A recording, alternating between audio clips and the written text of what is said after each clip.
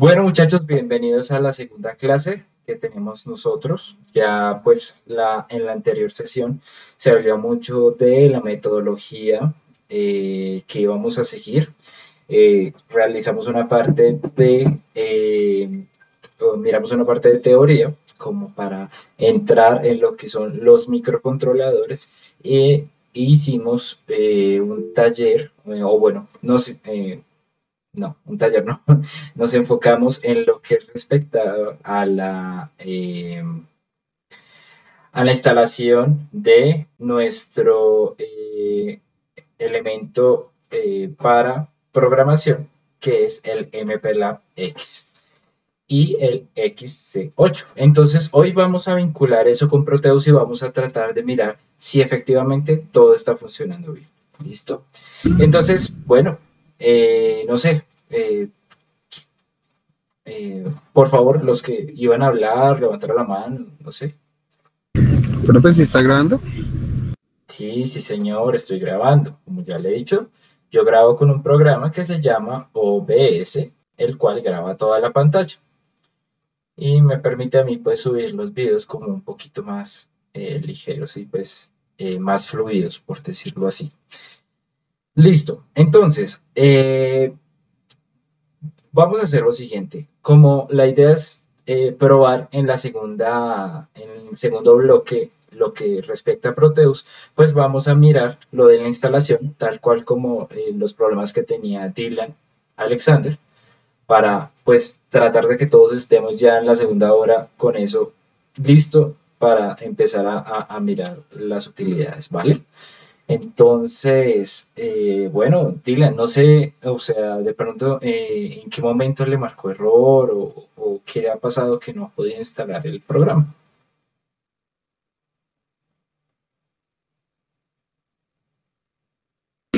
Profe, cuando pues yo lo descargaba, no, lo descargaba normal y todo, ¿cierto? Sí. Y pues hice la instalación y quería pues ya, bueno, abrir el programa y quería pues montar un circuito y no me aparecen las librerías, nada. No, ya me decía error de librería, la librería no existe.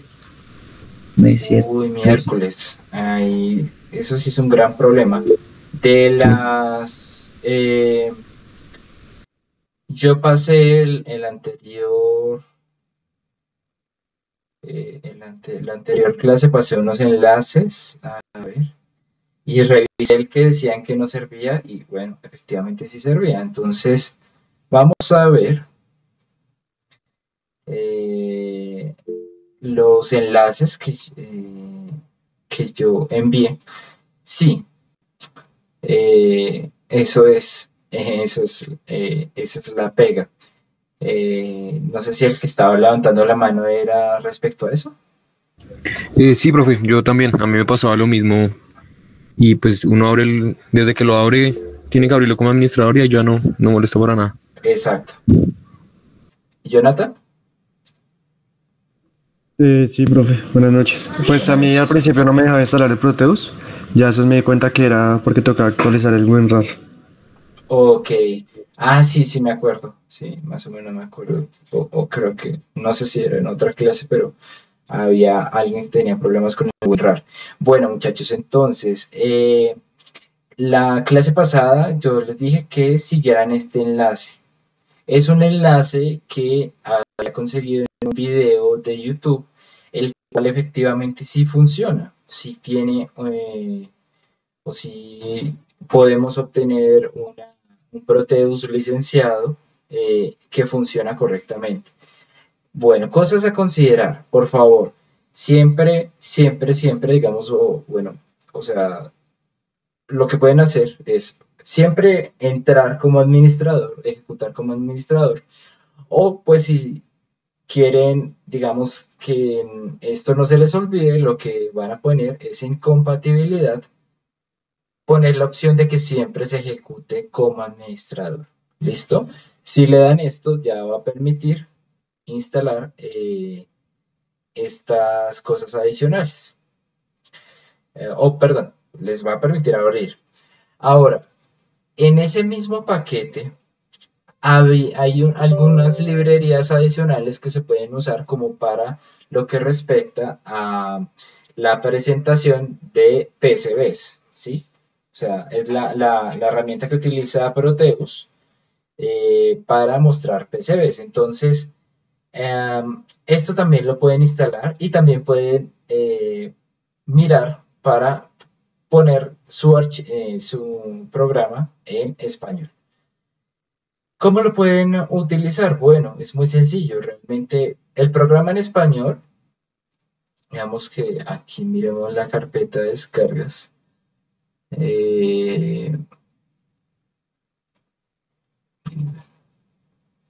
Bueno, es que llevémoslo a una carpeta especial.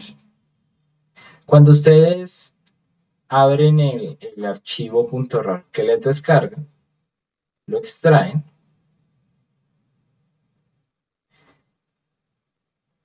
entonces les aparece primero la aplicación de instalador, que es justamente esta. Les aparece una serie de librerías y también les aparece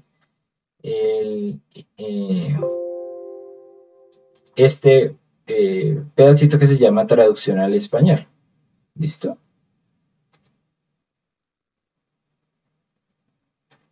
Entonces,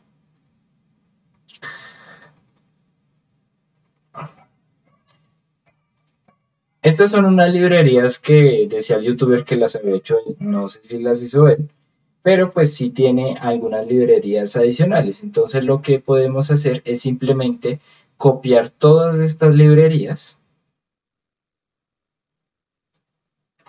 llegar y seleccionar todas estas librerías. Aunque, una cosa clara, estas son imágenes para ver el diseño en PCB, o sea, no son librerías de elementos adicionales que, pues, digamos, que se quieran como poner. Estas, por ejemplo, sí lo son. Estos archivos .lib. Lo que tienen que hacer para adicionarlas es simplemente ir a la localización donde está el archivo, o perdón, donde instalaron. Entonces, vamos a ver, sería, bueno, si no están seguros, lo que le pueden hacer es acá, le dan clic derecho arriba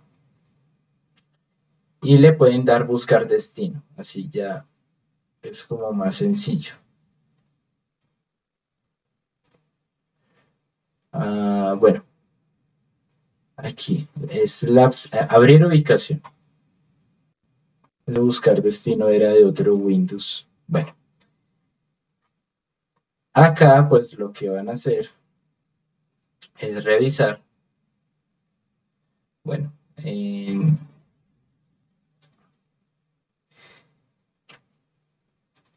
aquí van a encontrar librerías dependiendo de pues, lo que ustedes busquen. Por ejemplo, librerías de Arduino, un montón de cosas. ¿Sí? Lo que pueden hacer es copiar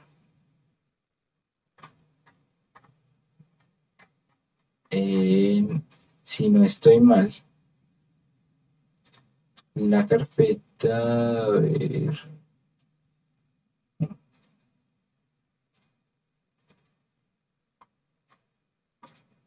no,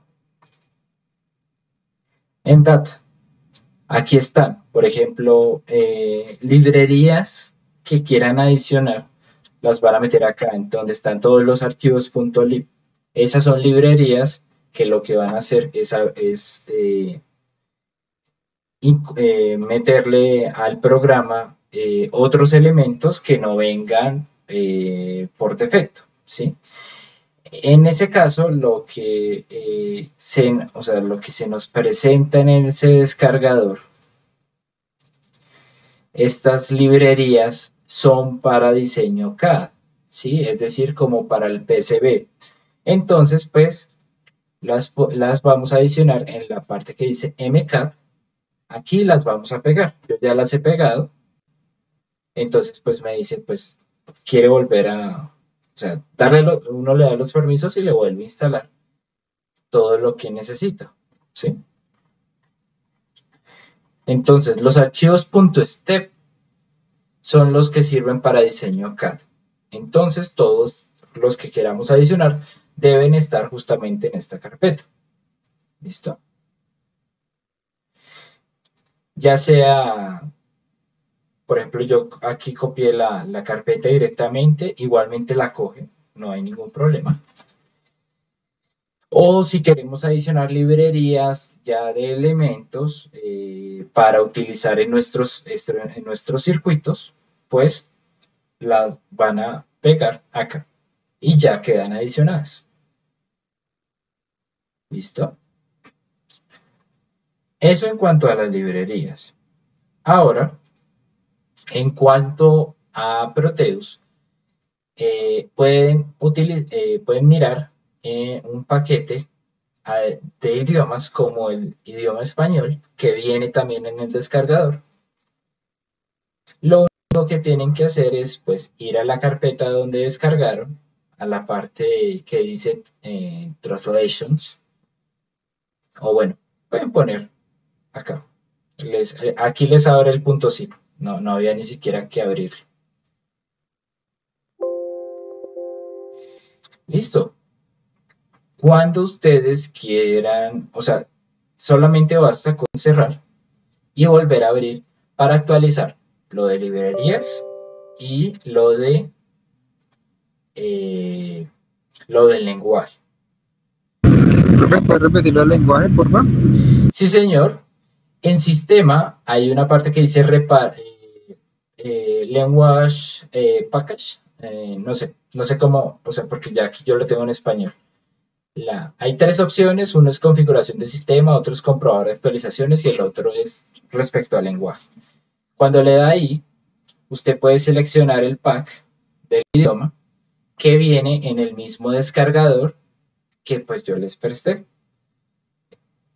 Es el .zip que dice traducción en español. Ya cuando pues ustedes lo abran, o sea, lo asimilen, solo basta con reiniciar la aplicación para que les coja todo esto les coja en español.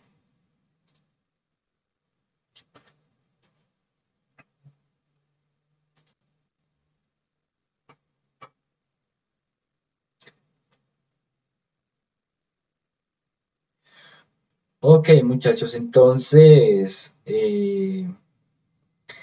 si pudieron, no pudieron, por favor, coméntenme. Profe, qué pena, ¿me puede repetir lo de traducción? Qué pena, es que no pude. Aquí en sistema está lo último, lo del paquete de lenguaje, language package, no sé. Algo, pues no sé cómo lo pondrían en inglés, pero solamente le da ahí y selecciona el paquete que se descarga junto al Proteus, que justamente viene de ese enlace que yo les di. Sí, señor. Listo, profe, gracias. Obviamente todo esto abriéndolo como administrador, ¿vale? Listo, sí, señor. Gracias. Perfecto. Bueno. Entonces la idea es que lo tengan ya para ahorita más tardecito y podamos hacer por lo menos un hola mundo o alguna simulación con esto. Bueno.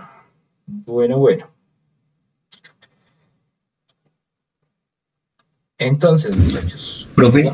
Sí, señor. Pues yo lo ejecuté como administrador, pero pues no sé si es porque no he pegado la librería, pero no me deja poner ningún elemento. Hombre, las librerías no son cosas adicionales, o sea, solamente son para diseño CAD, no es para circuitos, entonces sí, ahí hay un problema. Entonces tengo que pegarlos primero, ¿cierto? Sí. No, mire, o sea, realmente si no le abren, o sea, si usted no puede poner nada en el esquema, no es porque tenga las librerías o no tenga las librerías, esas librerías solo son para diseño CAD, es decir, para las PCBs. O sea, no tiene nada que ver con el funcionamiento que estamos mirando en ese momento. Ah, ok. ¿Y entonces ahí qué puedo hacer? Pues, ¿Buscar otro? Sí. Presénteme la pantalla y pues miramos. Listo, señor, ya presento.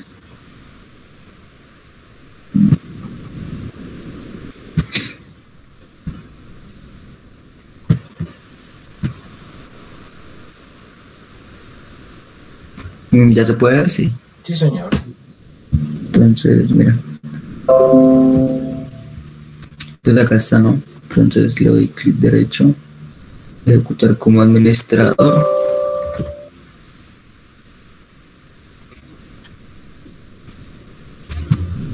Mira, yo lo doy acá.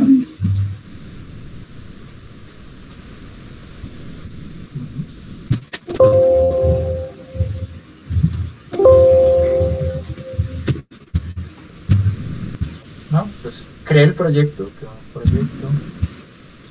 Siguiente, siguiente, siguiente. Ya. Mira. Por ejemplo, yo voy a buscar algo y no aparece nada. No sé, que nunca. Oprima P. Ah, ahí ya puedo buscar. Sí. Es que así Y ya, se ya buscan que ya las está cosas. Claro. Ya quedó bien instalado, sí. Sí, sí, señor. Mire que ahí tiene los elementos. Intente poner uno en su esquemático. Cualquiera. Ah, ok, listo, gracias, profe. Sí, sí, sí, señor. O sea, la cosa es saber dónde buscar. No Listo, puede señor. no resultar tan intuitivo, pero bueno. Perfecto. De pronto el Listo. otro compañero le pasaba lo mismo, que creo que había otro que estaba en las mismas. Yo, profe, pero ya. Ok, perfecto. ¿Y Jonathan? Sí.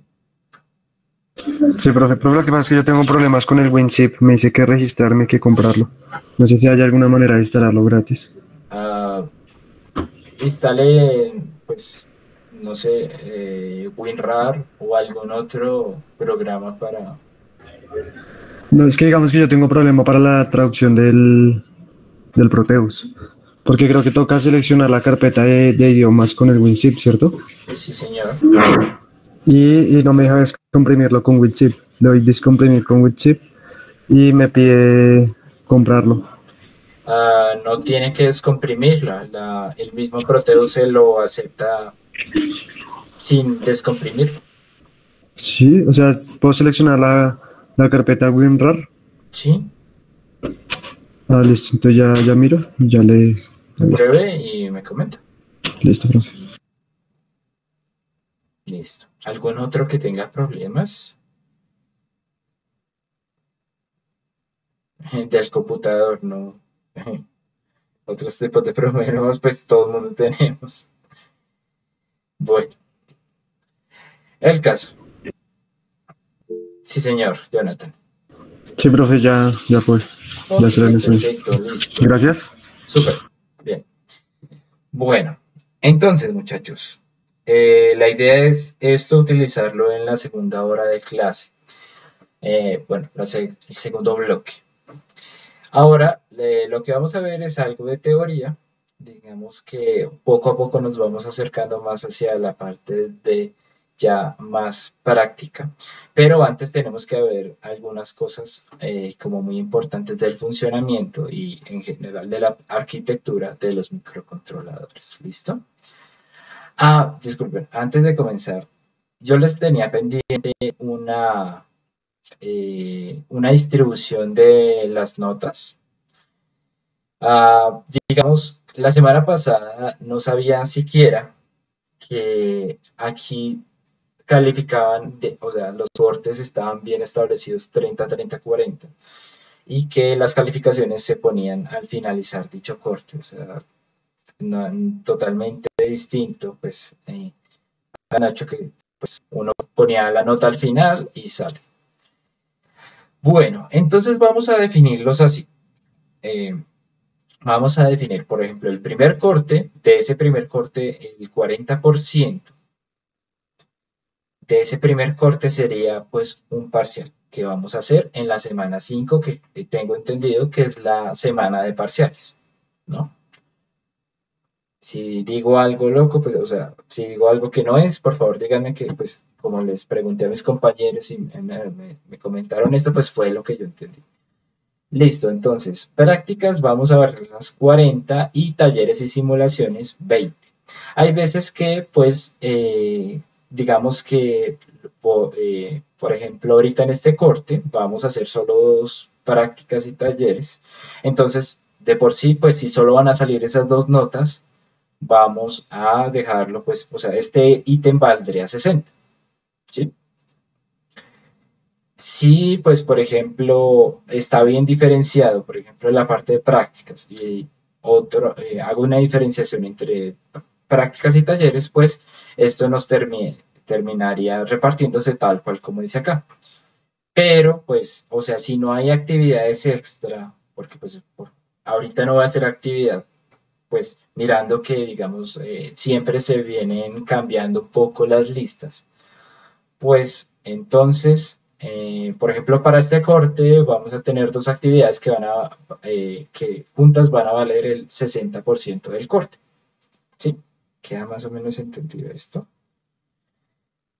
Ahora, lo que respecta al segundo corte, pues vamos a tener una distribución igual y en el tercer corte vamos a adicionar un elemento que es el proyecto, el cual va a valer el 40% del total de la materia.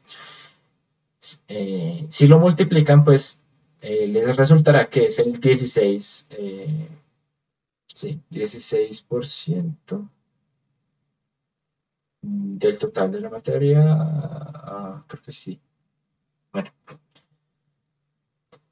el caso, esta sería la distribución, ¿vale? Se las había quedado debiendo. Adicionalmente, me comentaron los compañeros que sí, el TIC que trabajan es el 18F 4550. Entonces vamos a enfocarnos únicamente en este elemento y vamos a realizar la programación en C, ¿vale? Si a alguno todavía le quedaba duda de eso. ¿Por qué? Porque pues el lenguaje Assembler puede resultar bastante complicado, bastante engorroso y realmente pues menos mal el MPLAB nos puede hacer la traducción de dicho lenguaje. Lo vamos a ver muy por encima, pero en general se va a trabajar en C, ¿vale? Esas son las dudas que tenía ahí pendientes como para contestarles. ¿Alguna pregunta de esto? De pronto algo que no haya quedado claro, otra cuestión que todavía tengan dudas de la metodología. No, señor. Perfecto. Bueno. Entonces ahora sí vamos a proseguir con lo que respecta al tema de esta clase, lo cual es arquitecturas de microcontroladores. Entonces, vamos a ver. Bueno.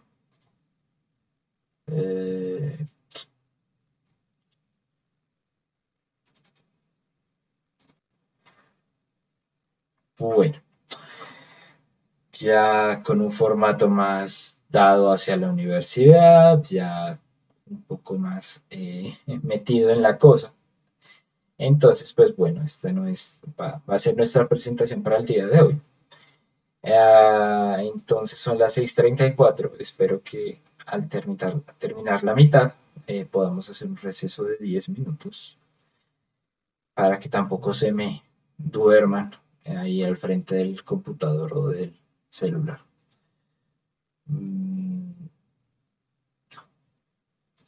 Bueno.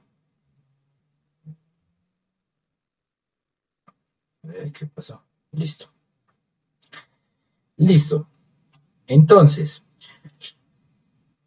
hoy vamos a ver la arquitectura del microcontrolador. Entonces, la clase anterior habíamos visto que las diferencias entre microcontrolador y microprocesador. Dijimos que microprocesador se daba más hacia lo que nosotros tenemos en nuestros computadores.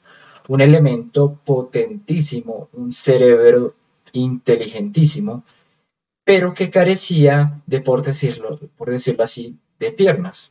Y pues nosotros le damos las piernas, padre dame piernas, a través de los periféricos de la tarjeta madre de todo lo que rodeaba a un computador.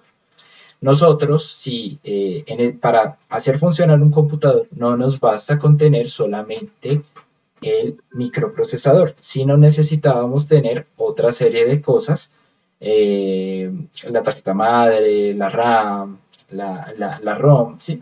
Ese tipo de cosas para que funcionara. Entonces, los microcontroladores, miramos que aunque son un poco menos robustos en cuanto a esa inteligencia que se da, por lo menos estos ya tienen piernas y cabeza. Además de cabeza, tienen piernas y brazos. Entonces, pues lo que vamos a tener dentro de un microcontrolador va a ser no solamente la CPU, sino una serie de periféricos como los puertos de comunicación, los puertos de entrada-salida, la memoria, ¿sí? Eso. Ahora, en esta clase vamos a ver que hay diferentes formas de poner las cosas. Y de hecho, pues también hay diferentes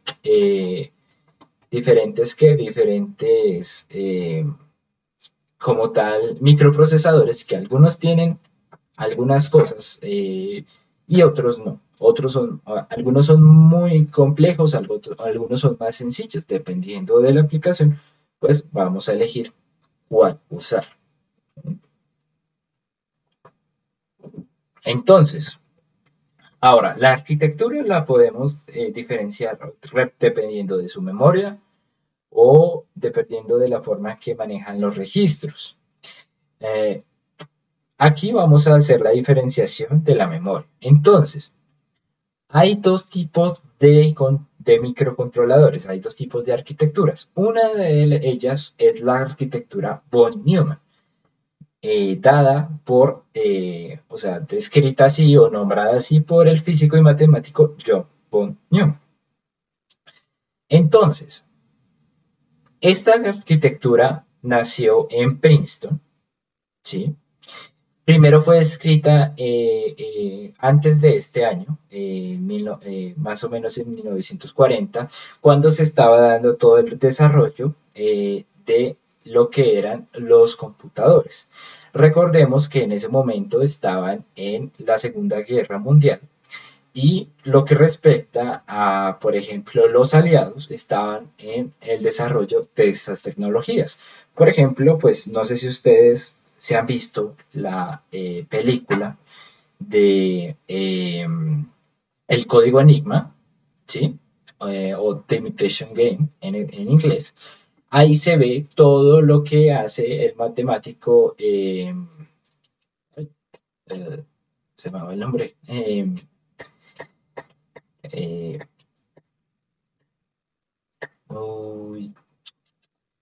este matemático es, si alguno lo sabe, por favor pónganlo en el chat.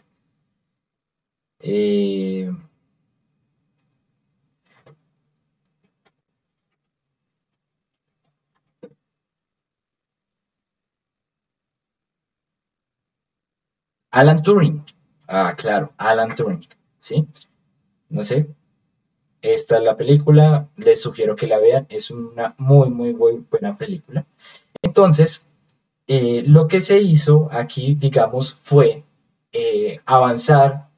Dicen que más o menos se avanzaron 2 décadas en el desarrollo de computadores, debido pues a la utilidad que se quería darle, que era resolver códigos de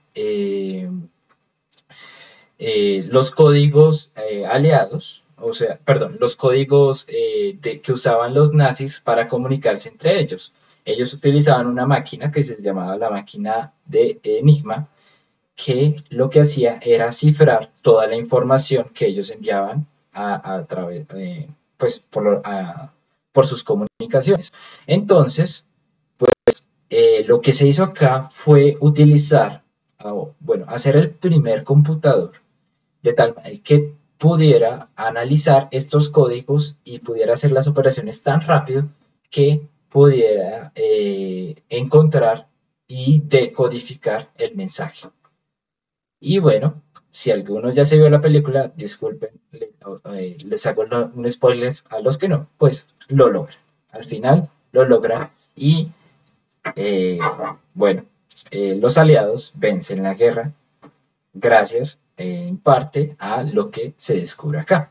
¿Sí? Todo lo contrario con lo que aparece en, en la película de Tarantino, de Bastardos sin Gloria, donde se supone que termina la guerra matando a los nazis en un teatro. Pero me gusta mucho el cine.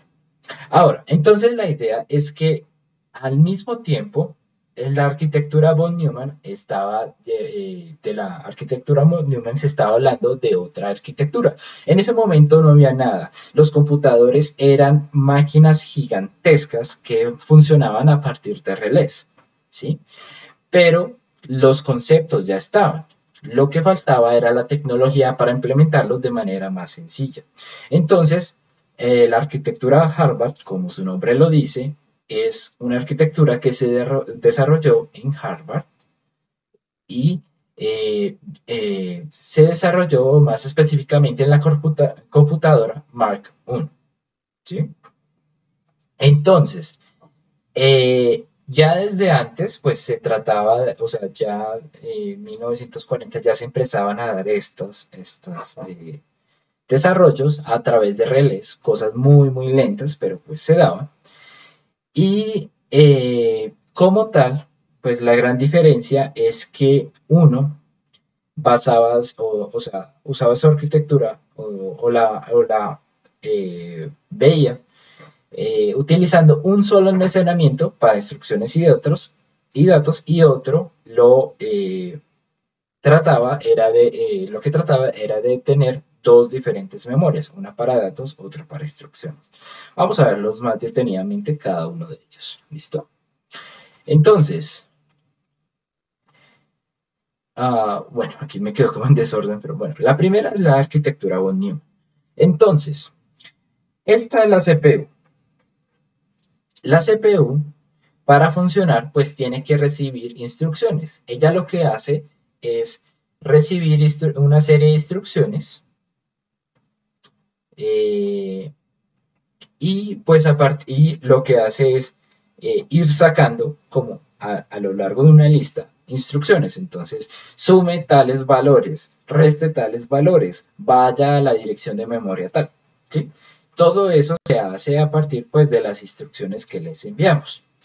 Ahora, la CPU recibe dos cosas. Primero, instrucciones para saber qué hacer. Y la segunda, datos. ¿Por qué? Porque, por ejemplo, ese proceso de suma no se puede dar si no están los datos detrás. ¿Cómo va a saber qué sumar si los datos no están ahí puestos? Entonces, todo en una memoria central se ponía en diferentes registros, es decir, localizaciones de memoria. Se ponía todo, primero era instrucciones, luego datos, y la CPU lo que hacía era, por ejemplo, si le decía, sume tal registro con tal registro, listo, entonces iba, buscaba el dato, lo retornaba acá, y luego iba, buscaba el otro y lo retornaba acá, ¿sí? Y lo sumaba. Esa era la arquitectura que predispusieron en Princeton el matemático von Neumann. Ahora, ¿cuál es la diferencia con la otra? Con la otra arquitectura. Bueno, lo que pasa acá es que esta mira que hay un retardo en este proceso debido a que si yo quiero poner instrucción, si yo cargo la instrucción, tengo que ir y buscar los datos y luego volver a ir a buscar la siguiente instrucción. ¿sí? Entonces ese proceso era más demorado. Lo que hacen, el desarrollo que hacen en Harvard es decir, bueno, lo que vamos a hacer sencillamente es, vamos a poner a un lado instrucciones, vamos a hacer un bus de control únicamente para instrucciones y vamos a hacer, por otra parte, los datos y vamos a poner únicamente un bus para los datos. Un bus, pues, es una vía donde se transmiten diferentes datos. Por ejemplo, estas arquitecturas siempre han sido, o bueno, nuestros microcontroladores son de 8 bits, es decir, valores entre 0 y 256. Así pues, lo que hacía esta era pues decir, bueno, por un lado me envían instrucciones, luego me envían los datos para hacer estas instrucciones, listo, todo bien, súper. Entonces esta es la gran diferencia. Una tiene todo en un solo lado, la otra tiene dos diferentes memorias. Entonces vamos a ver el funcionamiento gráfico para que vean, pues, de mejor manera esto.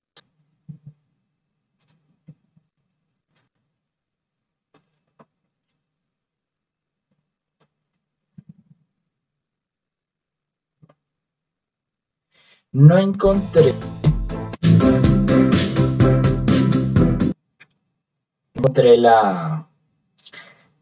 el GIF, pero vi el video y dije, bueno, pues lo podemos usar.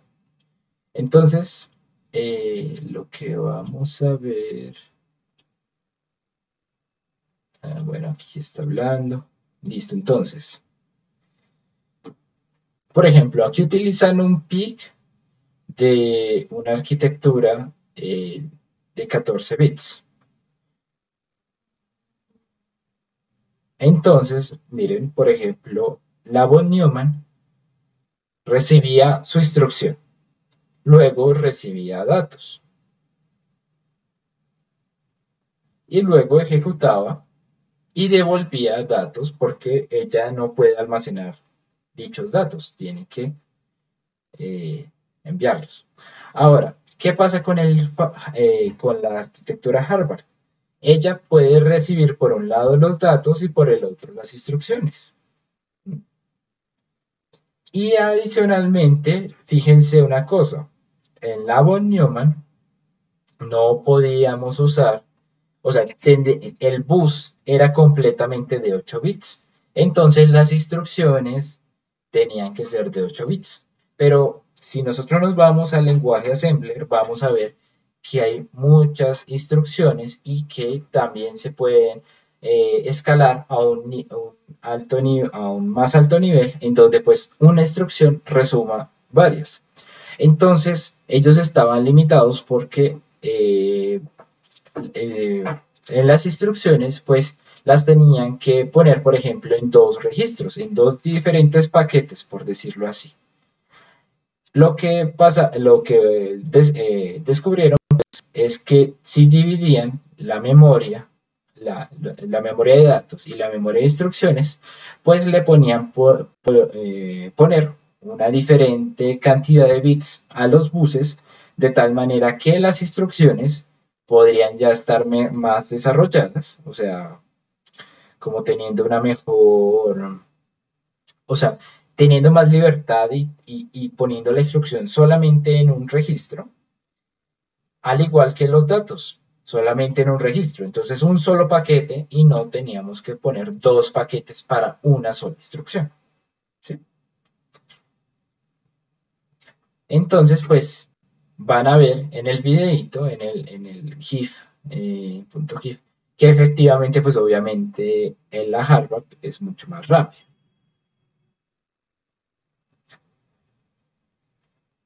¿Listo? Bueno. ¿Sí se alcanzó bien a ver bien esta animación o quedó como muy pausada? Pausa. No, quedó bien, no me pareció bien. Ok.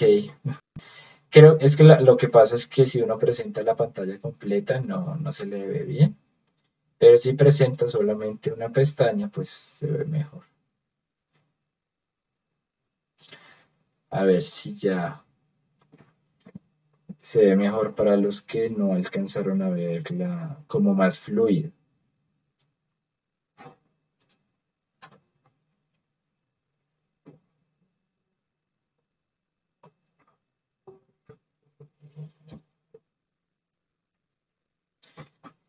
Listo, aquí se está viendo como más fluido. Bueno, en el video va a quedar todo fluido, ¿no?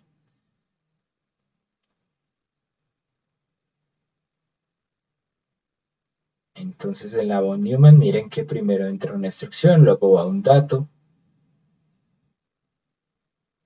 luego otra instrucción. Y entonces es un proceso más demorado. En cambio en la Harvard, pues entra instrucción, sale, entra dato, luego sale dato, ¿sí? Y se podían dar a diferentes velocidades. Obviamente, ¿qué pasa? No es que una se desarrollara después de la otra. Lo que pasa es que, digamos que al comienzo era muy complicado. No existía algo como en este momento que nosotros tenemos chips que funcionan a partir de transistores tipo FET que funcionan rápido, que no tienen un consumo de energía muy grande, sino que en ese momento, digamos que la arquitectura von Neumann era como más fácil de implementar, pero que la Harvard era más difícil, ¿sí? Ellos estaban limitados por la tecnología, pero ya tenían las ideas de cómo se debía llevar a cabo. Bueno, listo. Entonces,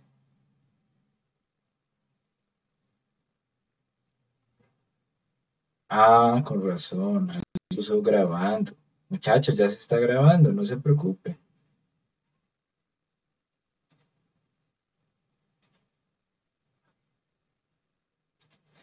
Es que me llenan el drive. Es más fácil subirlo todo al YouTube y ya. Bueno, entonces, seguimos con nuestra clase.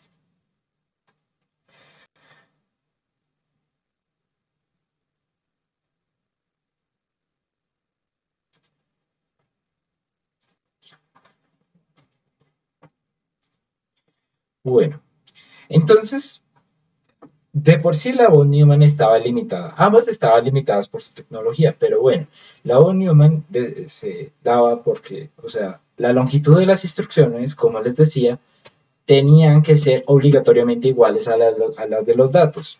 Entonces, algunas instrucciones no podían tener una longitud muy larga y en algunas ocasiones tocaba dos registros para poner una sola instrucción. Y obviamente pues se necesitaba tener varios accesos a la memoria para buscar instrucciones más complejas.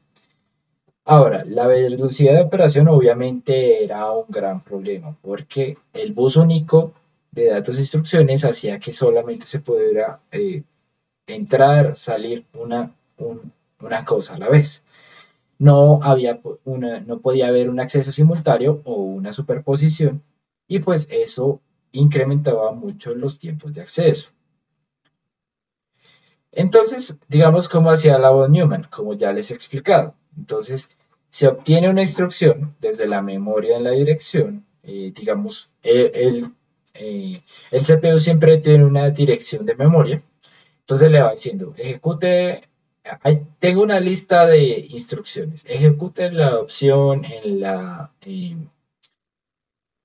dirección 5, ¿listo? Entonces obtiene la instrucción y guarda el registro de la instrucción. Luego aumenta el contador de programa, se decodifica la instrucción, es decir, si hay que sumar se suma, si hay que restar se resta, se ejecuta la instrucción y luego pues de nuevo se obtiene bien o mal los datos o la siguiente instrucción. Si la instrucción era cambiar la dirección que en ese momento se estaba ejecutando, pues bueno, se cambiaba la dirección y se volvía a ejecutar un programa. Entonces, obviamente la arquitectura Harvard estaba sobrada, estaba bastante avanzada, pero en ese momento era muy difícil de implementarla. Entonces digamos que es igual el modelo von Neumann no se siguió, no es que nadie más lo usó, sino que pues trataban de diseñar computadoras de alguna u otra manera. Entonces, ¿qué pasa? Entonces, las ventajas era que, por ejemplo, el tamaño de las instrucciones podía ser más grande y el de los datos más pequeño. Eso hacía que las instrucciones siempre sí o sí fueran en un solo paquetico. Bueno, la siguiente, las instrucciones se pueden optimizar para que cualquier instrucción ocupe solo una posición de memoria. Eso es lo que les digo. Solamente una posición en memoria para de contar. Súper bien. Listo. Ahora, el tiempo de acceso a las instrucciones puede superponerse con el de los datos. Eso está súper bien, porque pues obviamente, como les decía, mientras que o sea, el otro tenía que recibir una instrucción y luego el dato, este simplemente recibe los dos al tiempo, la mitad del tiempo. Entonces se logra una mayor velocidad en cada operación y de hecho cada vez que aumentaba cada ciclo de reloj, por decirlo así, se ejecutaba una acción. Porque las acciones eran independientes, las instrucciones eran independientes a los datos. Entonces, cada ciclo de reloj yo tenía, sí o sí, lo tenía así constante. Lo que no pasaba en la otra. ¿Por qué? Porque la otra, si le tocaba buscar dos datos, pues tenía que esperar a recibirlos y a enviar el dato siguiente. Bueno. ¿Hasta ahí alguna pregunta, muchachos? ¿Se entiende la diferencia entre estas arquitecturas? Sí, profe. Sí, señor. Ok, perfecto. Bueno. Ahora. Listo. Eso es en cuanto a arquitecturas de memorias. Ahora vamos a ver, pues, lo que respecta a arquitecturas de CPU.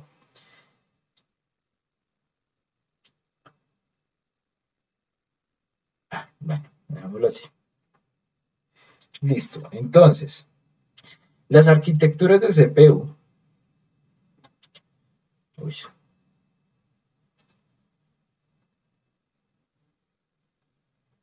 Vamos a ponerle.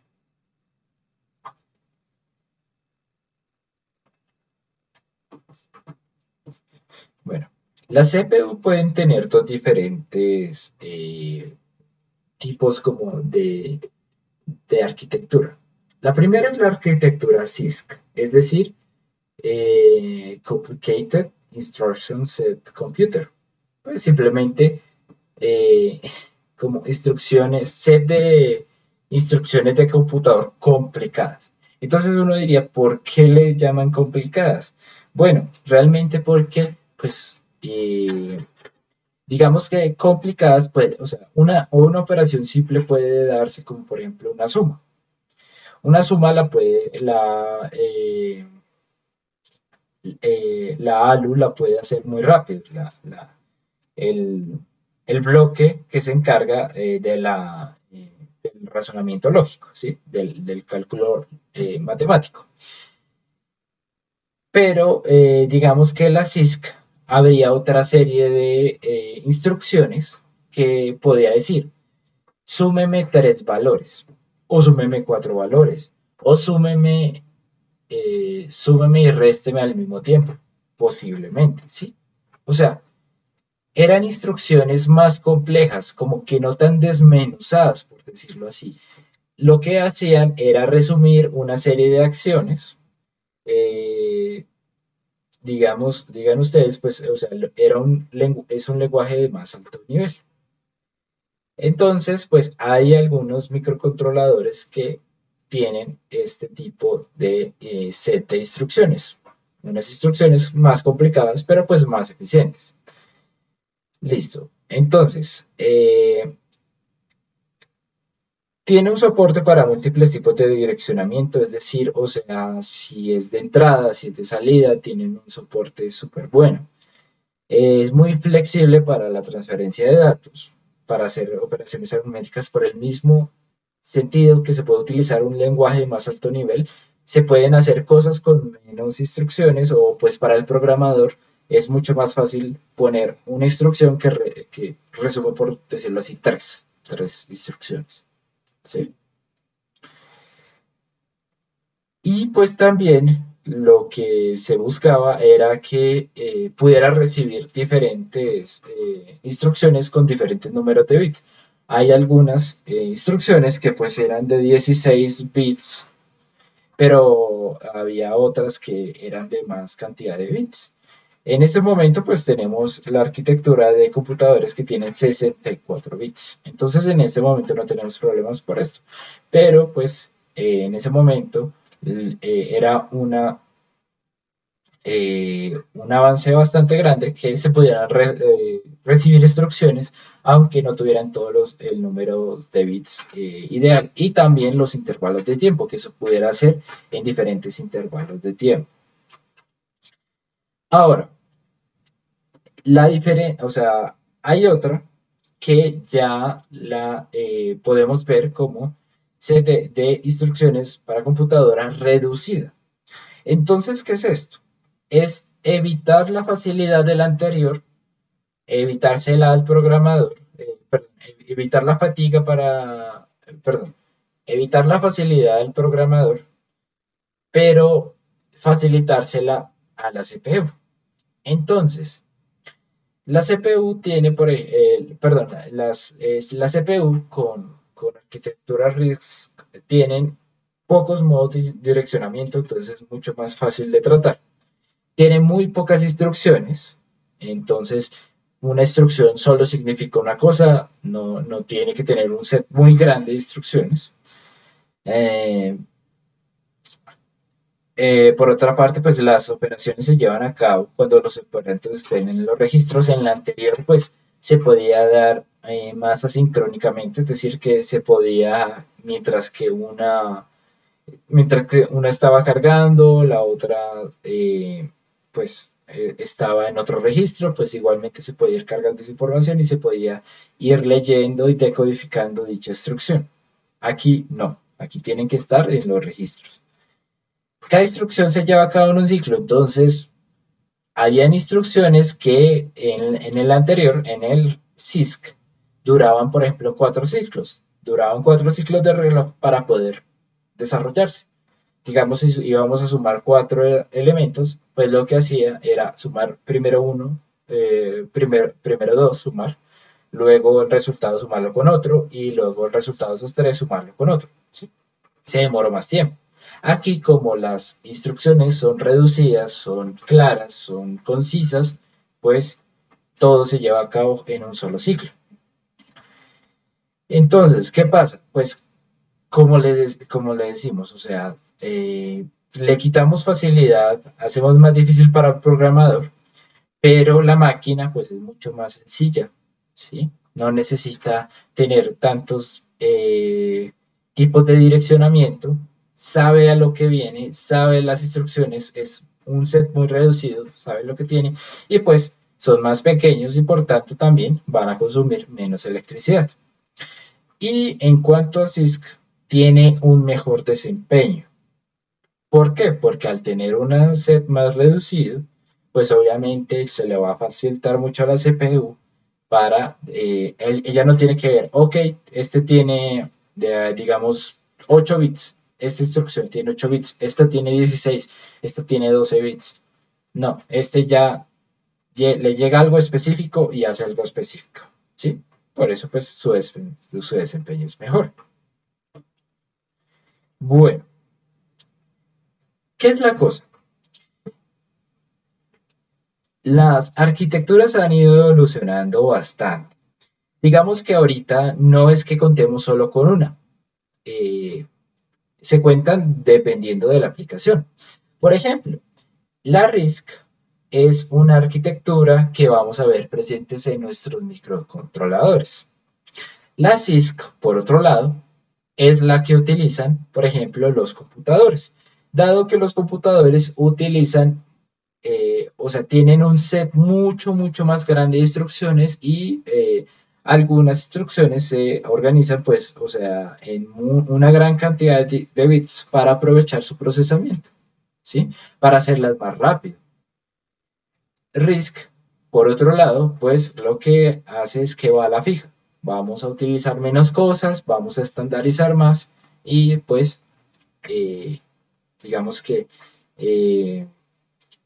utilizan, o bueno, no necesitan, o sea, lo que necesitan antes es que les manden las instrucciones lo más entendibles posible, por decirlo así. Entonces, pues necesitan unas etapas anteriores, lo que hace que pues la efectividad se reduzca un poco. Pero bueno, ¿para qué nos sirve esto? Esto es para saber pues más o menos cómo van a funcionar nuestros elementos. Nuestros elementos, pues, o sea, el PIC que vamos a utilizar acá. Primero, en cuanto a CPU, es RISC.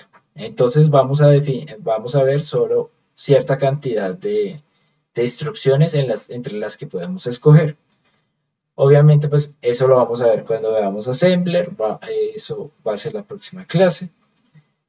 Pero pues como les digo, no vamos a trabajar específicamente en Assembler, sino que lo que vamos a hacer es utilizar C para que el mismo programa nos traduzca a Assembler. Y por ejemplo, en cuanto a memoria, no es que utilicemos las arquitecturas Harvard o von Neumann. De hecho, utilizamos como una combinación de varias. En este momento, pues los microcontroladores con los que contamos utilizan la arquitectura Harvard. Pero, por ejemplo, los computadores utilizan una más relacionada con la von Neumann. ¿Por qué? Porque ahorita sus datos, o sea, la arquitectura es de 64 bits. O sea, 64 bits les alcanzan a ustedes para poner las instrucciones que se les dé la gana. Entonces, pues no hay necesidad de diferenciar uno entre otro. Además, aquí nosotros manejamos con diferentes entradas, o sea, el procesador va a tener mayor cantidad de entradas y también vamos a manejar diferentes núcleos. Entonces, pues, más aún, la cosa está re loca. Pero pues nos sirve como para darnos una idea de que nuestro microcontrolador, primero, va a tener un set de instrucciones reducida y segundo, va a poder, en cada ciclo reloj, va a poder realizar una instrucción. ¿Listo? Obviamente, pues nosotros lo que buscaremos es tratar de que las aplicaciones pues se hagan lo más rápido posible, pero pues hay veces que necesitamos retardos porque nosotros no vamos a ver, por ejemplo, la diferencia de un LED encendido, un LED apagado. Si si prácticamente lo ponemos a una velocidad de, no sé, 4 MHz, 20 MHz, 48 MHz, entonces no lo vamos a ver. Bueno, muchachos. Son las 7:08. ¿Hay alguna pregunta respecto a estos temas que se han visto? Profe, ¿algún libro o algo así que nos recomiende también para poder verlo? Sí, claro. Entonces, si se van aquí a esta parte, vamos a ver. Bueno, claro, lo tengo. El más sencillo es Engineering Design, el libro más conocido para esta parte, aunque hay varios, ¿sí? Este es el autor, no me acuerdo del nombre de pila, pero bueno, Dieter, ¿sí? igualmente, o sea, como les digo, hay veces, sin, o sea, ustedes tienen la facultad de que en ese momento hay videos de absolutamente todos los temas que uno se le ocurran en en YouTube. Ahí, pues, o sea, lo importante es como conocer más o menos cómo funciona la cosa, ¿sí? Gracias, Eh, profe. sí, sí, porque pues, o sea, eh, no he sido como muy, eh, en cuanto a, no he sido como muy preciso, o bueno, no, o sea, he como presentado como muy al alcance el tema, porque pues me parece que darlo como con más cosas o mostrarle las arquitecturas, mostrarle los elementos, no, eso pues, eh, ¿para qué? Bueno, ¿más preguntas, muchachos? Hay algo acá en el chat, a ver. Sí, señor, ok.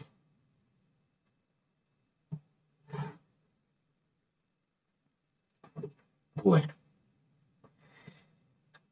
listo, muchachos. Entonces, vamos a tomar un break de 10 minutos. Entonces, los espero a las 7:21 y seguimos con tema, ¿vale? Vale, profe. Listo. Bueno, profe. Gracias. Muchas No, profe.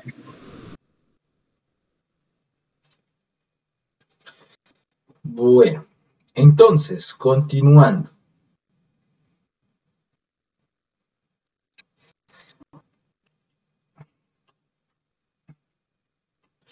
Se ha hablado mucho de que, bueno, pues, qué son como tal, o bueno, cuáles son las arquitecturas y qué tienen qué características tienen, pues, ellas. Pero no se ha hablado nada de, pues, bueno, o sea, o sea, siempre hablamos de registros, pero ¿qué son estos registros? Bueno, estos registros.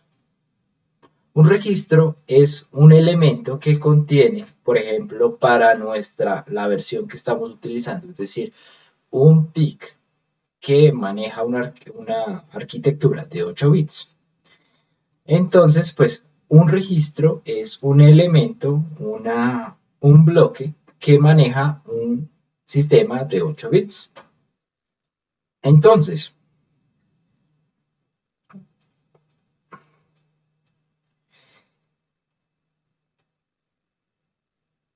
en una memoria lo que es, lo que está compuesta es de muchos registros, ¿sí? Como en orden. Yo les decía que era una especie de lista. Acá es exactamente lo mismo. Es una lista. Entonces, tenemos por una parte instrucciones, por otra parte tenemos datos, pero todos están listados. Todos están en una localidad específica de la memoria. Bueno, entonces, ¿qué pasa con o sea, bueno, nuestros registros, ¿qué pasa con nuestros registros? Nuestros registros, como les digo, tienen espacios, pues, para la información, para los datos o para las instrucciones. Siempre contando con que el bit menos significativo es el de la derecha y el más significativo es el de la izquierda. ¿Cómo manejamos nosotros los números? Los dígitos los números arábigos, que es el sistema que nosotros manejamos, valen más si están a la izquierda que a la derecha. Por ejemplo, acá, pues, eh, 255, ¿qué vale más? ¿Este 5 o este 2? Pues obviamente el 2. ¿Mm? Entonces, un registro, por ejemplo, un registro eh, un registro igual a, no sé, a 3, ¿sí? Entonces recordemos que en binario, por ejemplo, el 0 sería una consecución de 7 de 8 ceros. Eh, el 1 serían 7 ceros y un 1. Y así por el estilo. Entonces, 1, 0 es el correspondiente al 2 y el 3 sería 1, 1. Siempre aumentando entre 1 y 0. Entonces, pues, este es el 0, este es el 1, este es el 2, este es el 3. Entonces, pues, si quisiéramos verificar en un registro que tengamos en nuestro microcontrolador que tenemos guardado un valor, digamos 3, pues lo que vamos a encontrar es que en ese cuadro que tenemos,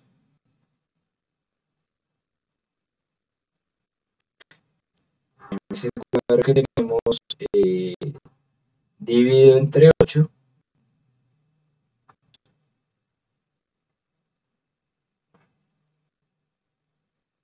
vamos a tener 1 y 1 y los demás son ceros. Bueno, entonces,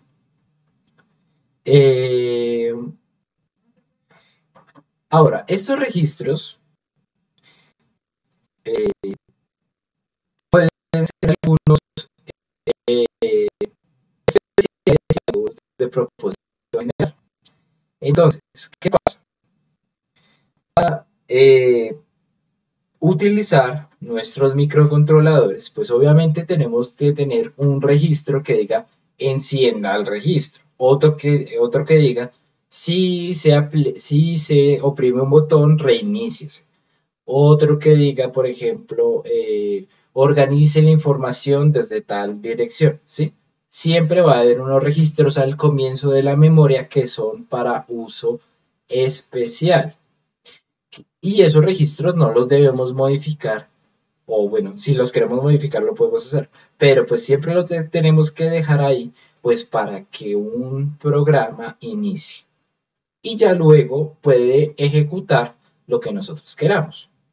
Si no, pues, si no se da ese inicio, por decirlo así, pues es muy complicado como tal empezar, pues, pues empezar a que funcione un microcontrolador. Entonces, si estamos manejando sistemas de 8 bits, obviamente, lo máximo que podemos representar, el máximo valor es 255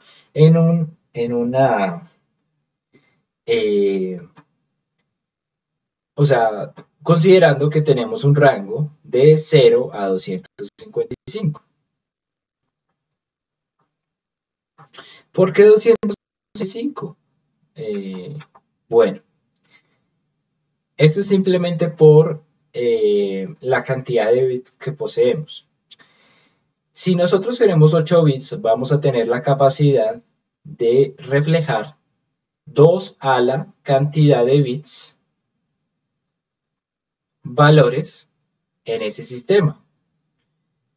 Por ejemplo, acá, aunque es un rango de 0 a 255, pues en realidad se está mostrando 256 diferentes estados. Y pues si hacen las cuentas, 2 a la 8 es obviamente 256. Ahora, hagan las cuentas para un computador como el que tenemos en estos momentos, que tiene una arquitectura de 64. 2 a la 64. ¿Cuánto será? No sé, mucho. 1023. Señor. 1000.84 a la 19. Gracias. Entonces, por 10 a la 19. Por 10 a la 19. Son muchos. muchos estados. Y una cantidad de datos bastante grande. Y con instrucciones, pues con muchos direccionamientos. Pues entonces,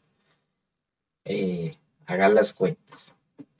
Pero pues, en lo que respecta acá, pues, tranquilos. solamente es hasta 8. Si quisiéramos utilizar, o bueno, tenemos una instrucción un poco más grande o un valor más grande que 255, lo que tendríamos es que usar dos registros para un mismo dato.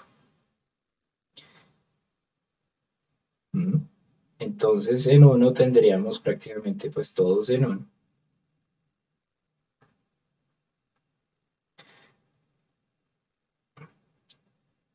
Y otro sería las cifras más significativas. ¿Listo? Lo mismo son para las instrucciones. Las instrucciones, pues si tuviéramos una arquitectura von Neumann y fuera una instrucción muy larga, pues lo mismo. Tendríamos dos diferentes registros para un solo dato. Bueno.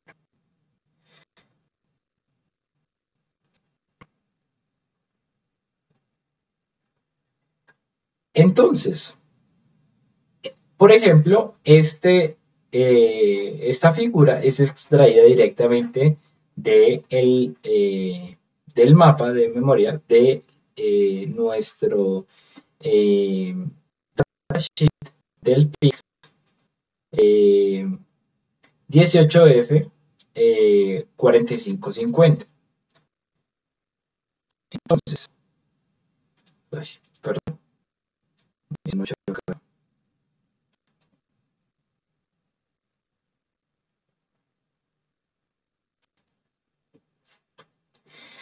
por ejemplo, lo que les decía, hay algunos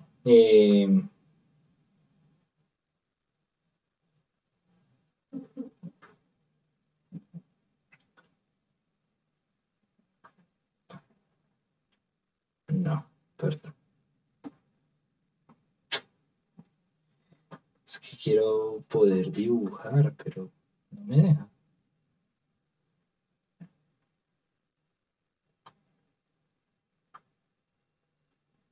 No sé qué está pasando, pero no me está dejando. De pronto es por...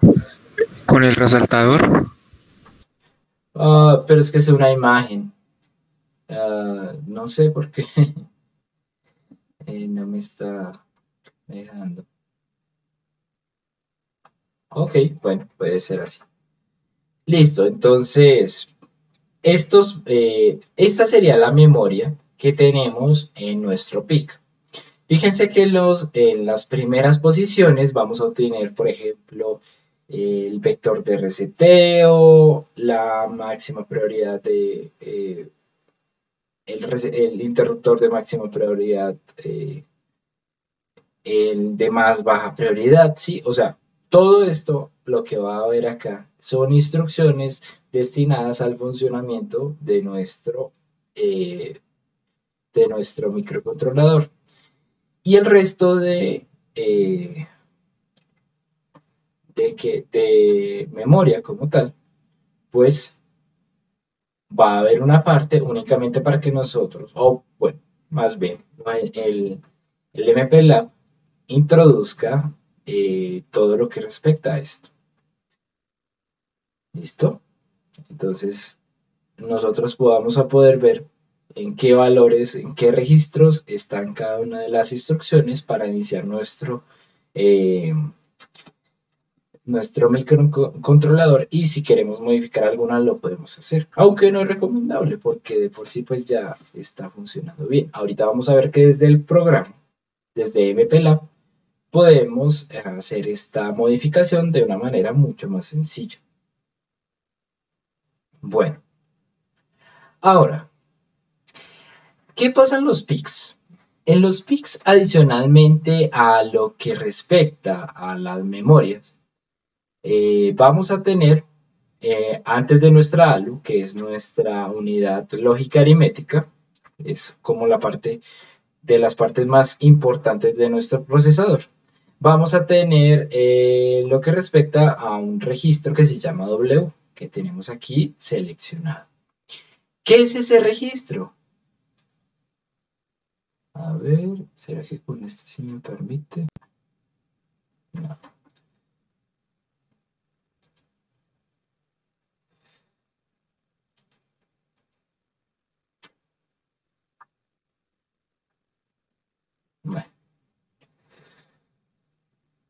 No sé por qué, por ejemplo, acá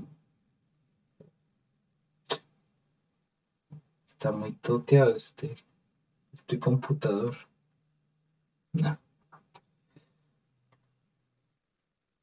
Bueno, entonces, este registro es el que nos permite hacer operaciones en nuestros microcontroladores PIC y es muy característico de ellos. ¿Por qué? Porque los ingenieros de Microchip han diseñado la estructura para que funcione de esta manera. Y si ustedes quieren reconocer lo que es un microcontrolador de Motorola, de Texas o uno de Microchip, pues simplemente tienen que ver si tiene un registro W. Entonces, ¿cómo hace los cálculos? ¿Cómo, digamos, una CPU de un microcontrolador realiza los cálculos? Bueno, más o menos es así. Nosotros aquí tenemos, a la izquierda tenemos cómo haría un ser humano una suma de 3 diferentes dígitos. Y en la derecha tenemos cómo la haría un computador. Para el computador no es tan sencillo como simplemente decir 2 más 3, 5 más 4, 9, que es lo que uno puede hacer de manera muy sencilla. Pero ¿qué pasa? Él no lo puede hacer de manera tan fácil. Él, por ejemplo, necesita tener en los registros de entrada a la unidad lógica aritmética los valores y la salida, por ejemplo, entonces, primero, tenemos el primer dígito en el registro W y el tercer dígito viene de las entradas o de otro registro que hay en memoria. La suma parcial nos daría a la salida de la ALU. Este se va a guardar en lo que es el registro W. Entonces ya borra el 2 e introduce el 5. Y el 5 lo suma con otro registro que consigue. Entonces, pues, se hace la suma. Y la suma total se guarda en el registro W para hacer más cálculos.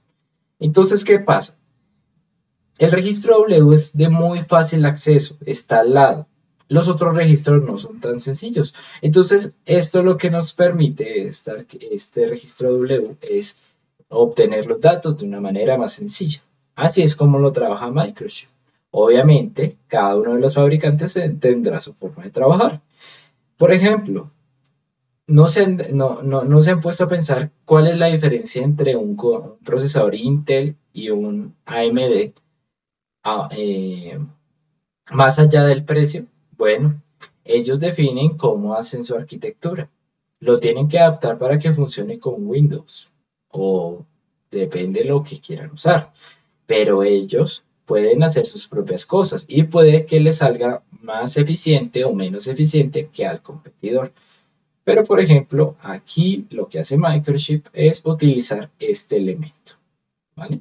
Como para que lo vean en algún momento y para que le hagamos direccionamiento, pues sepamos a qué nos referimos en cuanto al registro W, pues nos habla. Aquí más o menos se observa lo que decíamos. Entonces, nosotros vamos a tener al lado de nuestra ALU, unidad lógica aritmética, vamos a tener nuestro registro. Y lo que vamos a poder hacer es siempre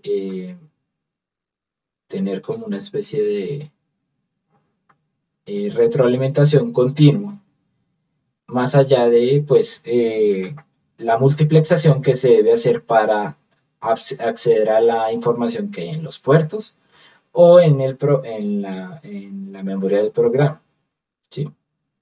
Entonces, pues, básicamente lo que veíamos antes. El 2 lo cargábamos directamente en el registro W, podría venir de los puertos, entonces ah, el 2. El 3 debía venir de una instrucción de programa o de un puerto, entonces pues también es más demorado. 3. Y se hacía la suma.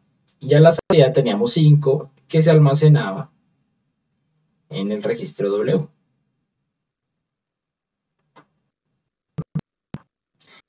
Y así por el estilo. Entonces este registro que nos sirve es como para tener una información más a la mano.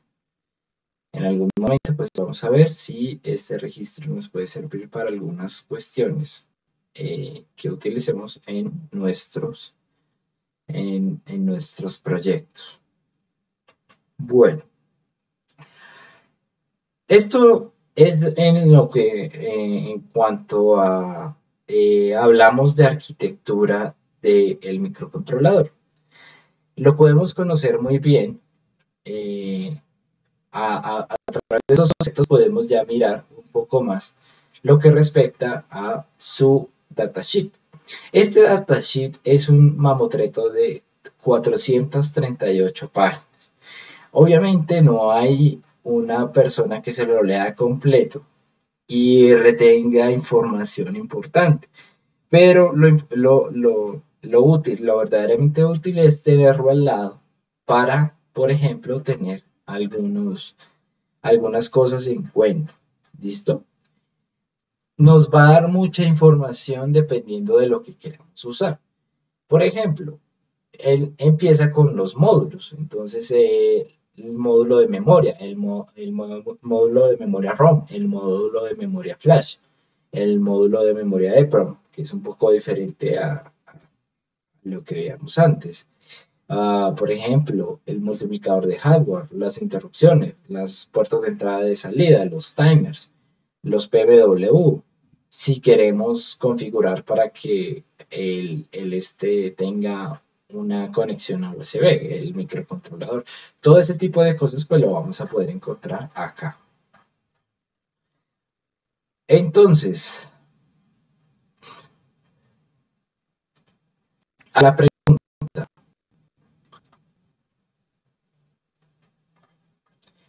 ¿cómo elegir un microcontrolador? Entonces, hay diferentes formas de escoger. Por ejemplo, nosotros tenemos que considerar las características más generales. Esto es como escogiendo, no sé, algún tipo de ropa o algún tipo de elemento o herramienta para hacer algún trabajo. Nosotros necesitamos saber, bueno, vamos a manejar una arquitectura de 8 bits o necesitamos elementos más grandes, por ejemplo, o sea, necesitamos guardar elementos más grandes, como lo sería uno de 16 o uno de 32. Bueno, adicionalmente, pues tenemos que saber si disipa mucha potencia, porque algunas veces nuestros microcontroladores van a ser inalámbricos, no van a estar conectados directamente.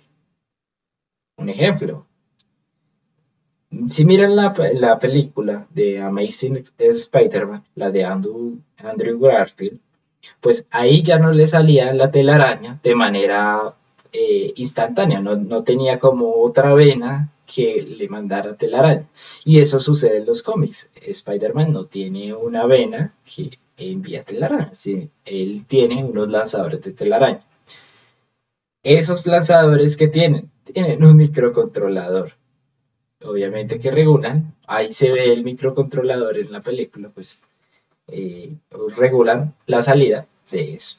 Entonces, pues, la disipación de potencia no tiene que ser mucha. Ahora, hay diferentes velocidades de reloj, ¿sí? Hay algunas que son muy rápidas, otras son más lentas. Entonces, pues hay que escoger uno. Si necesitamos para operaciones rápidas, necesitamos uno con una velocidad de reloj alta. Si lo necesitamos para cosas cotidianas que se desarrollan en el mundo real, pues la velocidad de un reloj de, no sé, digan ustedes 4 MHz o 1 MHz es lo bastante rápido pues para atender ese tipo de cosas. Ahora, si es RISC, CISC o también se puede un núcleo RISC con instrucciones CISC, se puede, no hay ningún problema, o sea, hay diferentes opciones. Les digo de una vez, el PIC generalmente utiliza RISC. ¿Listo? Bueno, otro es la arquitectura de memoria, si es von Neumann o es Harvard. Como les digo, ahorita se utiliza algo como más dado hacia von Neumann, pero por ejemplo cuando tenemos 8 bits sí es mejor utilizar la arquitectura Harvard. ¿Listo? ¿Y cuánta cantidad tiene la memoria? Entonces nosotros tenemos una memoria ROM, una memoria RAM. ¿Cuánta tiene de capacidad? ¿Lo necesitamos con mucha capacidad o con poca capacidad? Bueno. Otra cosa que podemos considerar depende de los periféricos. Por ejemplo, nuestro PIC 18F4550 tiene muchos periféricos. Tiene un módulo para USB, tiene un módulo para I cuadrado C, tiene diferentes entradas, diferentes salidas, o sea, tiene unos periféricos muy grandes, ¿sí? Pero entonces nosotros, si en algún momento no necesitamos, por ejemplo, el USB, podemos prescindir de eso y comprar un elemento mucho más sencillo, más barato, que no tenga ese periférico. La cosa es que los microcontroladores, como tienen todo adentro, pues el que sea más sencillo, pues es más fácil de usar.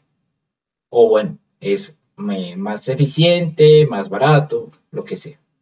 Bueno, entonces, como les decía, tienen tipos de memorias EEPROM o solo memorias EEPROM o una memoria ROM. Tiene para adicionar un bloque de memoria o toda la tiene interna. Tiene comunicación serial. Tiene diferentes relojes cuenta con una herramienta de relojes incluida o tiene que conectarse un cristal oscilador para darle el reloj. Tiene un módulo de conversión análogo a digital. Tiene un módem, tiene un DSP, tiene puertos para red. Hay microcontroladores que los tienen. O sea, hay microcontroladores de todo tipo. Y ahorita vamos a ver, por ejemplo, que hay controladores así. Si es USB, si es, o sea, si tiene módulo PCI, I2C, CAN, bueno, esto, un montón de protocolos de envío de datos que, pues, bueno. Ahora, ¿qué más tiene? ¿Qué más consideraciones podemos ver? Entonces, ya miramos lo básico, o sea, lo que decimos, esto sí o sí tiene que tenerlo una persona. Bueno, perdón, un microcontrolador. Es que estaba pensando en una analogía que hacía un profesor, que era, bueno, uno como quiere una novia o un novio que sepa cocinar, es muy necesario, o de pronto yo podría ponerle, o sea, de pronto no sabe cocinar, pero puede aprender rápido, o sea, es una persona dispuesta a aprender rápido, o por otro lado está totalmente negada a cocinar. Entonces es lo mismo, o sea, si uno pudiera escoger el tipo de persona con el que quiere estar, qué cosas lo pondría estrictamente necesarias, qué cosas podrían aprenderse en el proceso, o cuáles otras, pues, dependen más de la logística de la cosa. Aquí, estas consideraciones son más de logística. Por ejemplo, el costo del chip es algo logístico, no depende de lo que nosotros tengamos adentro ni lo que vayamos a programar, sino depende más de la disposición de tener el dinero para comprarlo. ¿Cuánto nos costaría ponerle más hardware extra? ¿cuánto nos costaría ponerle otros módulos, otras cosas? Hay algunos que tienen esos módulos incluidos, entonces pues nos cuestan menos. La facilidad de conseguirlo. Bueno, en parte porque utilizamos el 18F4550, porque es muy fácil conseguirlo. Si ustedes van a la novena en cualquier momento, en cualquier tienda que venda microcontroladores, lo van a encontrar porque es muy sencillo. Si van a buscar, por ejemplo, las versiones más bajitas, que son el 2550, el 2540, pues no van a ser, es posible que no los encuentre porque este es muy básico, muy usado, sobre todo pues en Latinoamérica. Facilidad de integración. Podemos encontrar muy fácil, o sea, podemos ponerlo en una protoboard o es un chip que tiene soldadura superficial. Esos chips de soldadura superficial son muy útiles pues cuando nosotros queremos ponerlo en un lugar que ocupe muy poco espacio, pero si lo estamos utilizando para lo que para lo que vamos a hacer ahorita, en esta clase, que es un montón de aplicaciones, pues no nos sirve que sea superficial porque pues va a ser difícil integrarlo a lo que nosotros estamos usando. Conocimiento sobre su uso. Pues bueno, realmente esto es más dependiendo de la marca. Como les digo, PIX, si uno sabe programar en uno, no es muy difícil que programe en otro, ¿sí? No se necesita nada adicional para, pues, o sea, hacer las analogías entre uno y otro. Es sencillo, simplemente con el datasheet uno mira qué tiene uno que no tenga el otro y se puede hacer. Pero pues más, digamos, en otras universidades utilizan microcontroladores de otro tipo, de Motorola, de Texas. Por ejemplo, yo había utilizado PIX, pero también utilicé Motorola. Y créanme que la diferencia es bastante. Entonces, otra cosa, pues, bueno, la disponibilidad del costo de las herramientas de software y hardware. ¿Por qué usamos PIX? Porque el MPLAB se puede descargar gratis. Librerías disponibles, bueno, hay librerías, o sea, esto ya es lenguaje de más alto nivel, es decir, hay programas ya hechos que son librerías que nos sirven para nuestras aplicaciones, ¿sí? Por ejemplo, la librería sort, organizarme en orden una serie de variables, ¿sí? Organizar de mayor a menor, organizar de menor a mayor, ¿sí? Eso son librerías que nosotros ya podemos usar sin ningún problema, pero que no van a estar disponibles para todos los microcontroladores. Y bueno, la facilidad del testing y debug. Eso pues realmente lo que es sencillamente qué tan fácil me queda probarlo a mí, qué tan difícil. Y si necesito elementos especiales para hacer su debug, es decir, la creación del elemento y que corra nuestro programa. Bueno, entonces, ¿cómo podemos escoger esto? Más allá de el 18F4550, hay otros que nos pueden servir para nuestros proyectos. Si en algún momento necesitamos y decimos, es un proyecto específico, no lo voy a usar para más. Entonces, wow, no sé qué le hice a la cámara, pero creo que la dañé. Bueno.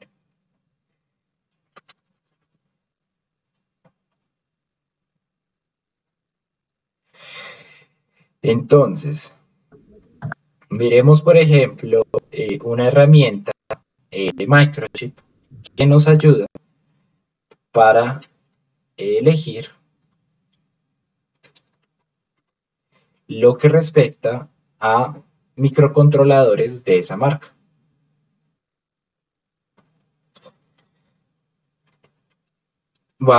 Podemos buscar como Microchip Selection Tool. ¿Listo?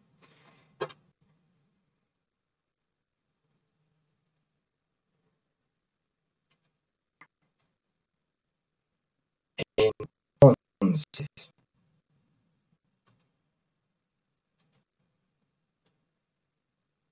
si vamos a la página, buscamos Microchip Selection Tool y ponemos la primera, vamos a encontrar diferentes opciones, diferentes elementos que nos ayudan a nosotros comparar con uno y otro el microcontrolador que vayamos a usar. Por ejemplo, miremos acá, el MAPS, que es Microchip Advanced Part Selector. Es un elemento que nos permite comparar lado a lado referencias de competidores. Podemos ver entre Motorola, Texas, Atmel, ¿sí? Esta herramienta nos va a permitir ese tipo de cosas. Por ejemplo, otro para mirar exclusivamente por memoria, otro para development, ¿sí? O sea, otro para mirar dependiendo de para lo que, o sea, algunos microchips son desarrollados. Y es que, de hecho, nosotros podemos encontrar algunos microchips que son hechos para elementos muy específicos.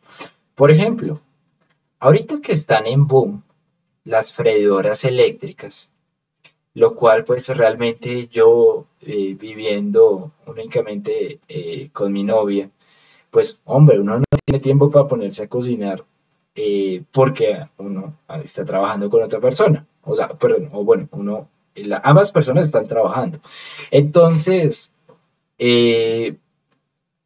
por ejemplo, las freidoras ahorita están en un boom o sea, y si usted sabe que una persona tiene una freidora es porque normalmente no le queda tiempo para cocinar, pero prefiere hacerlo.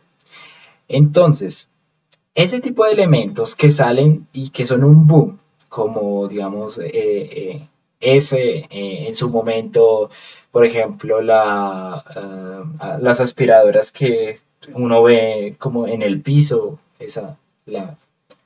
si han visto Breaking Bad, saben la aspiradora que tiene Jesse Pinkman, ese tipo de cosas. O sea, esos elementos de por sí ya Microchip busca tener el elemento preciso para esas cosas, independientemente sea cuál sea el fabricante. Philips, Oster, ASEP y Musa, ¿sí? Todos estos elementos, o sea, lo que busca Microchip es que realizar elementos precisos para una aplicación que obviamente tengan estrictamente lo necesario para dicha aplicación para que los elementos, para que las compañías que comercializan dichos elementos pues los compren. Y les funciona bien a los de Microchip. Por ejemplo, acá pues esta herramienta sería para, dependiendo de el desarrollo. El que vamos a usar es el más común, el Parametric Search Tool. ¿Listo? Entonces, si vamos le damos clic, nos va a salir como una especie de aplicación que nos permite, digamos, empieza a preguntarnos por las características generales que les mostré al principio. Entonces,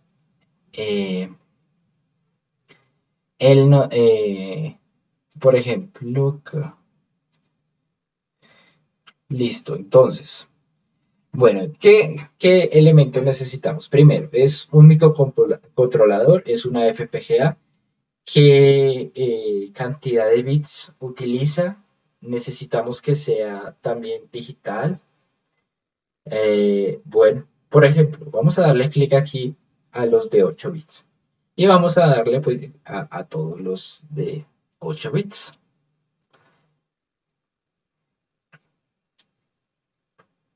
Bueno, entonces, ¿qué más filtros podemos tener? Entonces, el precio. Entonces nosotros podemos decir, ok, no queremos que valga tanto, obviamente el precio en dólares. Quiero que máximo sea de 10, o bueno, algo así por el estilo. Este no lo vamos a poner. Bueno, también hay diferentes opciones. Digamos, por ejemplo, que sea de la misma línea del 18F45.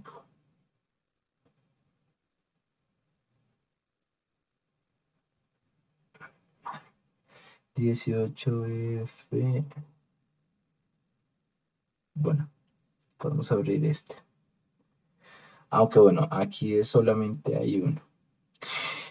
Listo, también podemos filtrar entre la memoria que tiene, la memoria ROM. Entonces, queremos que sea muy reducida, queremos que sea muy grande. Cuando se trata de hacer un elemento en masa, cualquier cosita,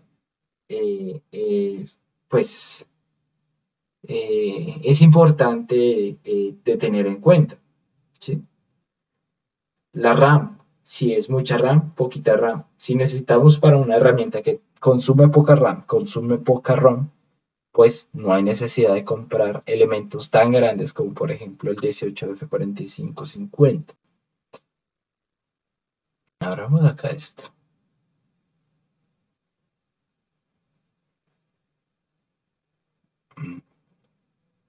Bueno. Entonces, por ejemplo, fíjense ustedes. Es aquí lo que tenemos seleccionado.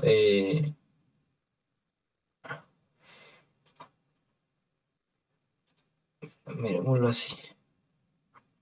Aquí lo que tenemos seleccionado es algún tipo cualquiera de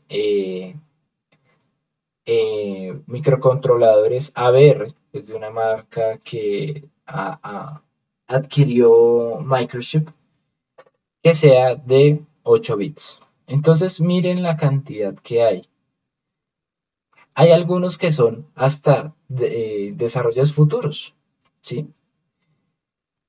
Pero bueno, digamos, por ejemplo, si necesitamos que tenga una memoria de 64 o solamente que sea de 32, lo hay la diferencia. También la diferencia entre RAM, si queremos que la RAM sea muy grande o muy pequeña. También la velocidad máxima. Hay velocidades desde 12 hasta 20, hasta 24, perdón. Ahora, convertidor AC de análogo a digital. Hay algunos que no tienen y por ende serán más baratos. Pero hay otros que sí lo tienen y pues por tanto se incrementará su precio. Entonces cuando nosotros queramos elegir un elemento, pues ya por fuera de la academia, porque pues ahorita tenemos uno que nos sirve para todo, lo que tenemos que revisar es cuánto al final en nuestro MPLAB, cuánta memoria va a consumir, cuánta RAM va a consumir, si necesitamos que sea más de 8 bits. Y sobre todo, pues, qué precio, hasta qué precio estamos dispuestos a pagar.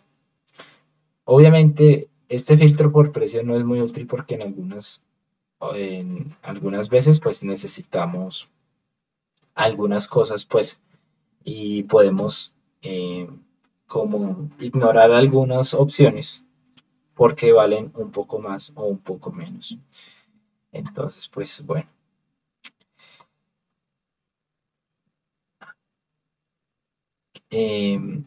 ¿Qué recomendación también hay? Incluir algo adicional a esto. Mirar la disponibilidad en las tiendas. Aquí en Colombia, las tiendas son como muy informales, por decirlo así. La única tienda que sé que tiene como, o bueno, que es como más, por decirlo así, especializada y que trae elementos, si uno no se los pide, es Sigma Electrónica. Sigma Electrónica queda más o menos como por la 63 o la 53. Bueno, o por ¿Al pie del camping? al pie del camping, exacto.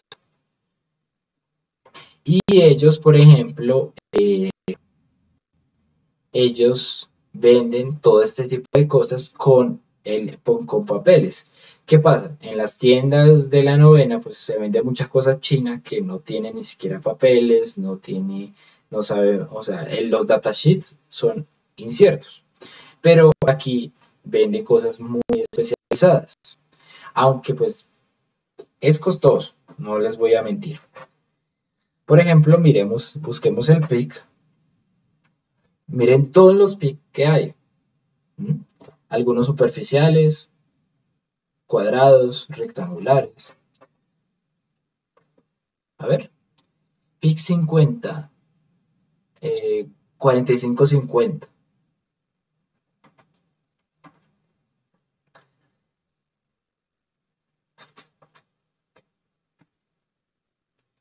Listo, mírenlo acá. 40.400. Yo lo he conseguido más barato. En ese momento, lo que pasa es que como me mudé, pues lo iba a traer, pero no se me dio la posibilidad. También con mi Pickit. Yo tengo un Pickit 2, pero ese ya es súper viejo. Voy a tratar de comprar el Pickit 3 y en la próxima clase pues hacemos una demostración. Y los que tengan, pues podemos hacer la programación aquí viendo. Y los que deseen hacer la compra, pues la inversión más o menos son como unos 100.000 pesos entre el PIC y el PIC, que pues es el que nos permite, el periférico que nos permite del computador programar nuestro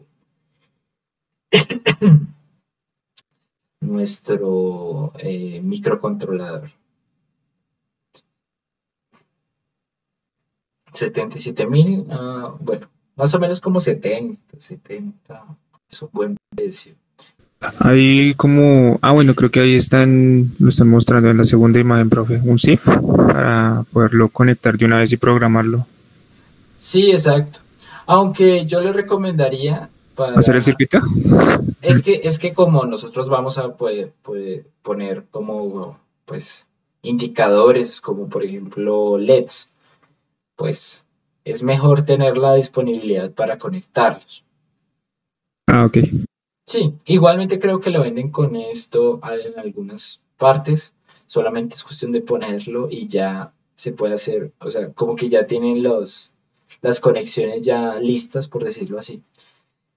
Pero la prueba realmente en Protobar es como mejor porque pues podemos tener acceso a todas las conexiones. Entonces, bueno. Ok, quien desea hacer la compra lo puede hacer sin ningún problema. Si no, pues los que no puedan o no quieran, podemos bandearnos con el Proteus. ¿Listo? No hay lío.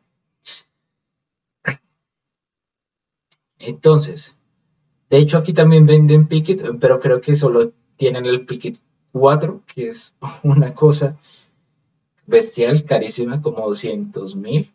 Pero miren, o sea, si necesitan para algunas cosas muy, muy, muy sencillas, no hay necesidad de tener un chip tan grande, con un chip como estos. Ya, eso es todo. Y el Pickit 3 va a poder programar tanto grandes como pequeños. ¿Listo? Adicionalmente, si en algún momento ustedes quisieran hacer una aplicación, algún elemento, montar algo, lo pueden hacer trayendo los microchips de afuera. Los microcontroladores son mucho más baratos afuera, mucho más baratos. ¿Qué páginas? DigiKey tiene prácticamente de todo. Aunque, bueno, creo que DigiKey Colombia, no sé si ya ha mejorado, porque la última vez como que decía DigiKey Colombia, pero igual lo exportaban de otro lado.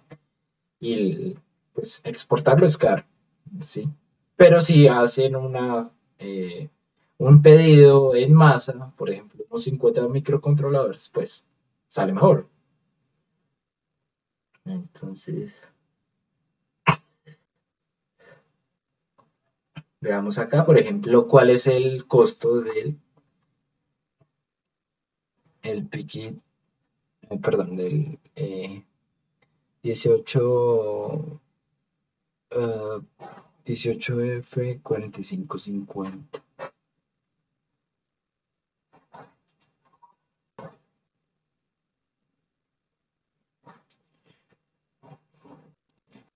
Aquí vale $7.1. Ya casi estamos en 4.000, entonces ya no multiplicamos por 3 veces, sino por 4, 28.000 pesos, vale. Y si lo piden con una cantidad mucho más grande, pues obviamente le saldrá más barato. DigiKey es una opción. Y Mouser también.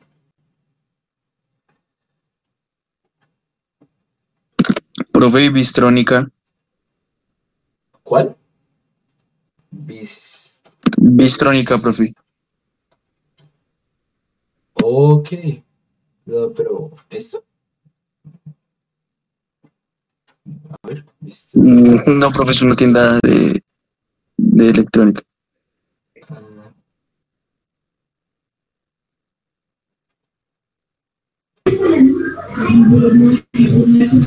Sí, es esa. Ok. Esta no había oído hablar.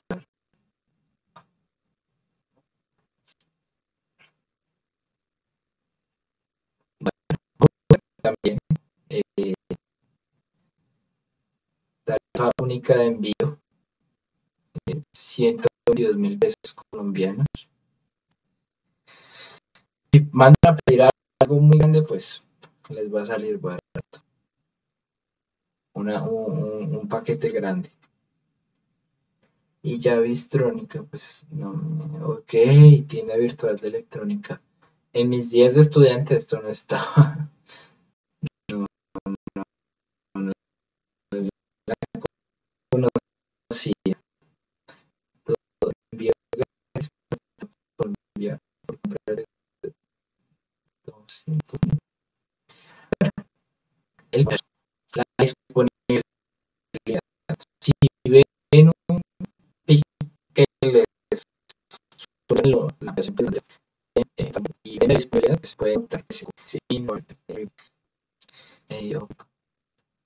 Bueno, eso sería lo que hay que mirar cuando se refiere uno a la compra de un microcontrolador. Entonces, muchachos, preguntas, dudas, inquietudes.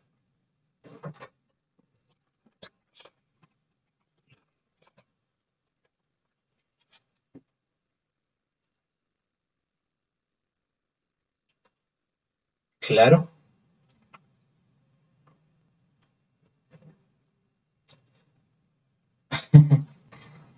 Entendido, La profe. esquina del parcero. Pues sí, en electrónica china. Ok. Aquí nos debería Carlos también. Electrónica ES. Me dice Freddy que compró el PIC en 32.000 pesos. Sí, tenés. Sí, profe. Allá en la tienda. Allá, en esa tienda, profe. En el centro. Creo que sé cuál es. Ya hace rato que no voy, pero ok. Sí, es cuestión de mirarlo. Y también compraron el Piquet allá.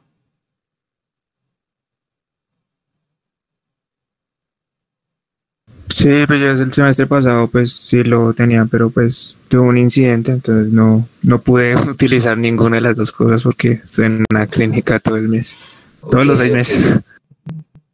Ay, sí, ni modo. Bueno, bueno, muchachos, entonces esto es todo lo que vamos a ver de teoría hoy. Ya luego la próxima, o bueno, ahorita en la parte de simulación vamos a ver más del PIC y pues vamos a empezar eh,